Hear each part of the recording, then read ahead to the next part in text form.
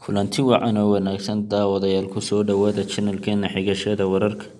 Fadlan haddaad nagu cusub tahay subscribe noo saar sidoo kalena gambaleelka furo si aad u ogaato wararka iyo warbixinada iyo muuqaalada iyo macluumaadka aan halkan idiin soo gelino.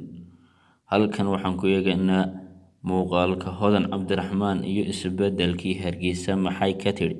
Sidaad muuqaalkan fiidiyowga hoos idinkaga muuqda waa fanaanad muhashada codka Hodan Cabdiraxmaan dheere oo si isbedel weyn ka muuqdo tan iyo markii ay u socdaashay Hargeysa Somaliland, halkaas oo uu ku sugan yahay saygeeda Mursal Muuse Cumar.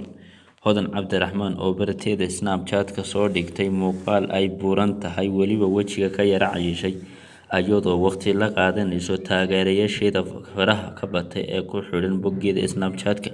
Waxay la wadaagtay muuqaalkan idiin muuqda weliba iyadoo u sheegtay inay nimco badan ka muuqato kuna faraxsan tahay nolosha sare.